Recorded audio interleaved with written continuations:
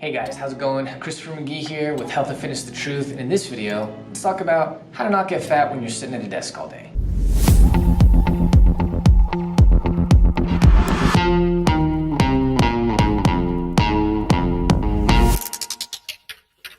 So friends, last week I went to Disneyland. My favorite cousin came down to meet me while I was hanging out at Disneyland. She says she and some of her coworkers would like some videos on, well, exactly what I stated when we started the video, right? She sent me a text message later and said, we've got these exercise bands. It's a loop like this one right here. She wants to know, how can we use these to get some exercises done and maybe not get fat while we sit all day? Before I make any video though on how to use those, if I'm talking about how to stay functionally in shape and not get fat while you're at work, then I've got a few points I want to make in this video right here before I guide through any exercises specifically, alright? So I'm gonna go over 5 points in this video of things that you can do at work that will keep you in much better shape. And these can make huge dramatic improvements if you will do them. Because often people ask me, what can I do to get in better shape? And I'm like, well, if you could do X, Y, and Z, and they're like, oh, that sounds like discipline, and I don't want to do that.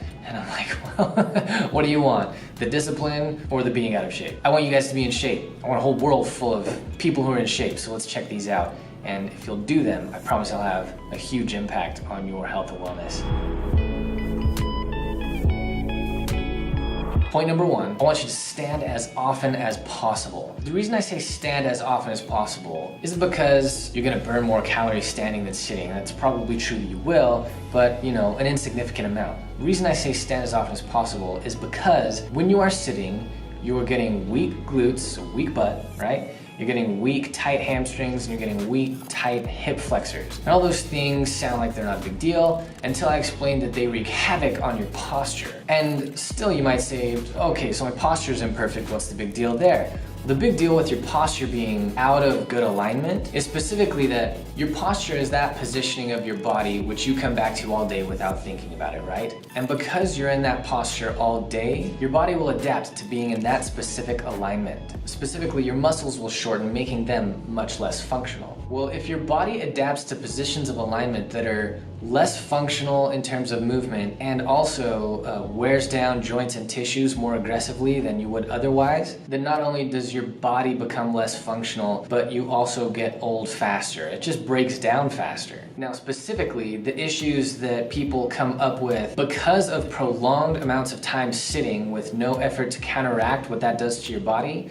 is low back weakness and low back pain, shoulder rotator cuff issues, and tension headaches. And those are 3 things I know just about everybody deals with, and it's probably because they're sitting at a computer desk all day, because that's what most of us do for work. So it becomes you to learn what positions of proper alignment are and to take your body there more often. Now, standing instead of sitting is one super obvious adjustment that you can make to all the problems that sitting causes.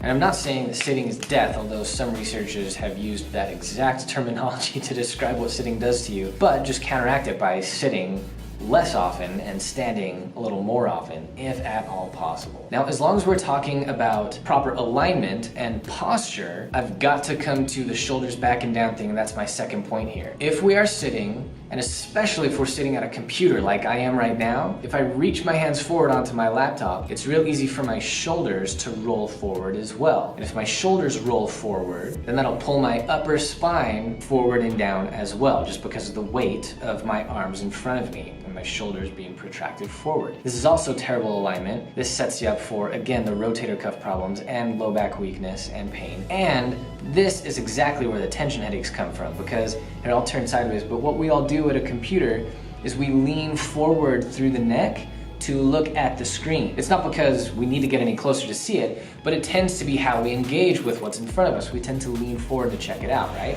And if I'm sitting, the muscles in the back of your neck, they have to do a lot of extra work to keep your head from just flopping over forward. And because they're doing that, they are doing a lot of extra work all day, and that will give you tension headaches, hands down, guaranteed. So what I want you to do with your shoulders is, as often as possible, every time you think about it, bring your shoulders back and down. And I say back and down because a lot of folks say shoulders back. And what a lot of people do when they hear shoulders back is they bring their shoulders back and they kind of hike them up as well.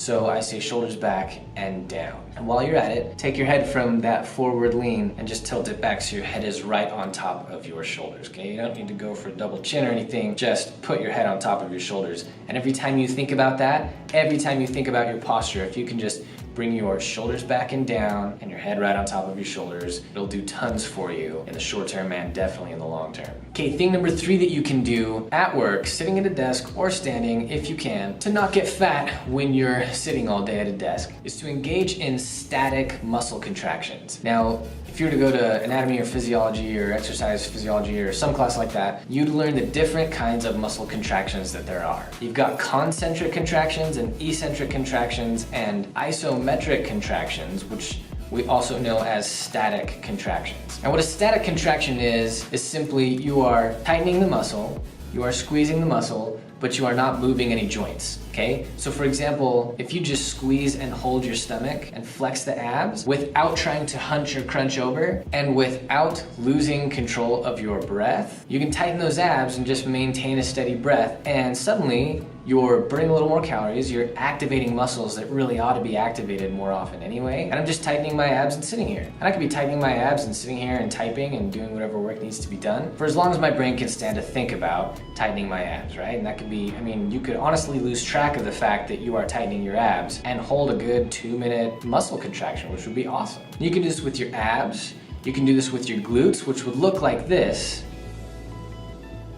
Okay, you just raise a little bit up. Now, if you were doing repetitions of that, you'd look absolutely ridiculous. Your coworkers would think you're a freaking goofball, right? If I'm going up, down, up, down, up, down, up, down, because I'm squeezing my glutes all the time, that looks ridiculous. But if I just, look around, nobody's paying attention, one good squeeze, hold this for as long as I can, now I'm squeezing my glutes while I work. Nobody's gonna know any different. Okay, so you can do this with your abs, you can do this with glutes, you can do this with your quads. If you've got space under your desk or wherever you sit, to just straighten your legs, lock out your knees, and squeeze, just make the top of your thighs hard and tight, or as hard and tight as you can get them. So you can do that. And I mentioned the breathing with the abs, and this is huge because there's a ton of people who work out and never master the concept of being able to keep a steady breath as they do their lifts or movements or whatever it is. And steady control of your breathing is a hugely functional baseline expectation if you're going to be exerting yourself in any way, shape, or form. When you hold your breath and exert yourself, it's called, in my world of health and fitness, it's called a Valsalva maneuver. Valsalva was like a 18th or 19th century physicist from, I don't remember where, who was studying the effects of holding your breath and exerting yourself on the inner ear. But that doesn't matter so much as the fact that when you hold your breath and exert yourself, you cause a bunch of physiological things to fall in place in such a way that you're likely to pass out real soon. I mean, that makes real intuitive common sense, right? You hold your breath,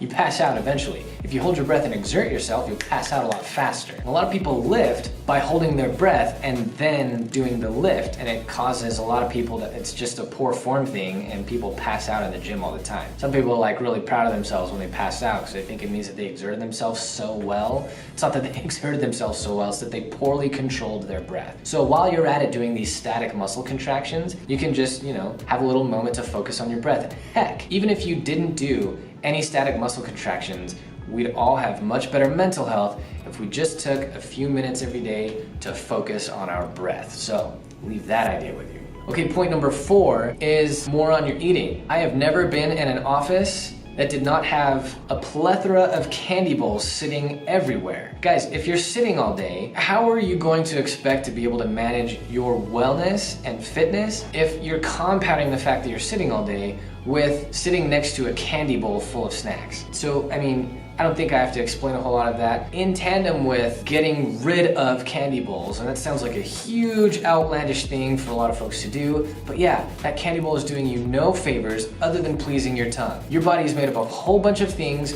Your tongue is one part. Quit being a slave to your tongue and thinking you must have candy or sugar on tap in order to be able to focus or think or be a normal human being. It's not how being a functional, fit human being works. If you could just get rid of candy bowls and put like some fruit and or nuts in some bowls sitting around, that would be so amazingly outstanding. That would have such a huge improvement on your short-term and long-term health and well-being and fitness. And while you're at it, stop going on fast food runs for lunch. If you have time, people say they don't have time for anything else, but if you have time at some point in the day to run to McDonald's and sit in the drive-thru and grab something and go, you probably also had time to go to a grocery store, run in, buy some fruit and nuts, vegetables, right? And then run back to work. Done. It's not so much about how quickly the job gets done as it is what your palate is used to. And you can discipline your palate to get used to much healthier foods, and I highly recommend that. The last 5th point on this video that I'm gonna make, soda. Everybody thinks they need a soda in the middle of the day to keep themselves alert and awake. Well, you don't, and consuming that much sugar,